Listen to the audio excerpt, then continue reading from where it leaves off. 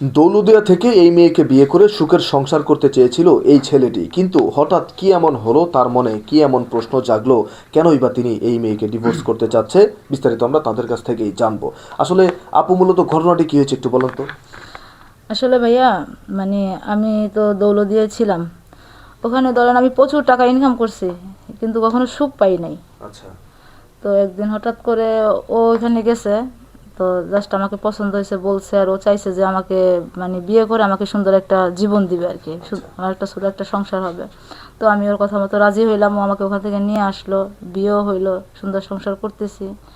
মনে করছি যে যাক, পিছনে যেটা গেছে তো গেছে, তো আমি এখন ভালোই আছি। কিন্তু হঠাৎ করে এখন মানে মানুষের কথা মতো, মানুষের কথা শুই না, এখন ও আমার সাথে মানে আর সংসার করতে চাচ্ছে না। আচ্ছা। আসলে আচ্ছা। ভাইয়ের দোষটা কি আমার বলেন? মানুষ হয়তো বা অনেক কষ্টে পড়ে ওইখানে যায়, বা হয়তো বা কোনো একজনের প্রবলোচনায় পড়ে ওখানে চলে যায়। তো এটা কি, দোষটা কি আমার বলেন তা ভাইয়া? তো অবশ্যই আমরা একটু ওনার কাছ থেকে জানার চেষ্টা করি। আসলে ভাই, আপনি তাকে বিয়ে করলেন, তাকে ভালো করার চেষ্টা করলেন, এখন কেন আপনি তাকে ডিভোর্স করতে চাচ্ছেন?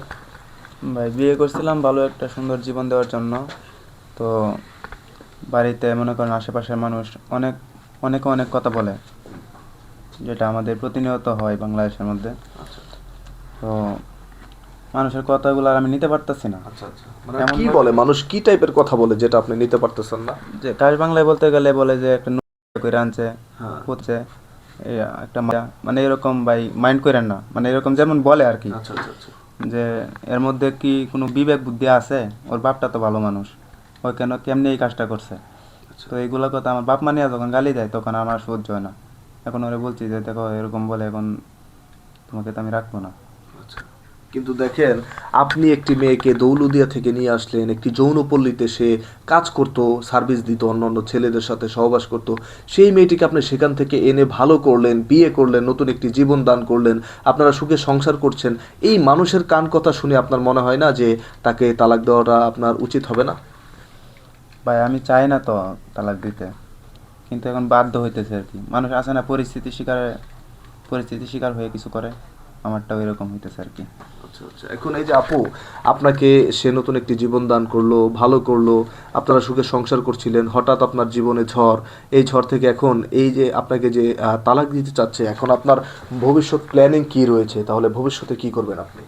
ভবিষ্যৎ কি ভাই, আমার এখন দেখতেছি আমার ভবিষ্যতে নাই। আমি চিন্তা করছিলাম যে আমার ভবিষ্যৎ ওই সব কিছু, কিন্তু ও যদি এখন আমার হাত ছেড়ে দেয়, তো আমার ভবিষ্যতের কি আছে? হয়তো বা মৃত্যুর পথ ছাড়া আর আমার কোনো রাস্তা আছে বলেন? তা তো আমি কি আর অবশ্যই। নতুন করে কোনো জীবন সাজাইতে পারবো? তা তো অবশ্যই। বা মানুষ এটা ভালো চোখে দেখবে না, তো বলবে যে আমি খারাপ ছিলাম, খারাপই রয়ে গেছি, আমি ভালো হতে পারলাম না। মানুষ কিন্তু এটা আমরা যতটুকু জানি, যারা দৌলদিয়ায় থাকে তাদের মধ্যে কোনো মন মানসিকতা থাকে না, ভালোবাসা থাকে না, তারা কোনো মানুষের কাতারেই পড়ে না। কিন্তু আপনি সেই দৌলুদের একজন যৌনপল্লীর একজন মেয়ে হয়ে আপনি তাকে কতটুকু ভালোবেসেছিলেন আসলে? ভাইয়া, এটা আপনি ভুল বলছেন। প্রত্যেকটা মানুষের ভিতরে ভালোবাসা বলতে একটা জিনিস থাকে। কে বলছে থাকে না? হয়তো বা আমি যেগুলো করছি ওটা আমার মানে ইচ্ছার বিরুদ্ধে করছি, নিজেকে বাঁচানোর জন্য।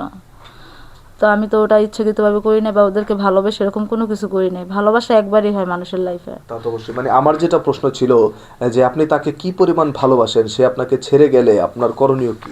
না ভাইয়া, ও আমাকে ছেড়ে চলে যেতে যায়, তো আমি কখনো বাঁচতে পারবো না, এটা হচ্ছে মেন কথা। আচ্ছা।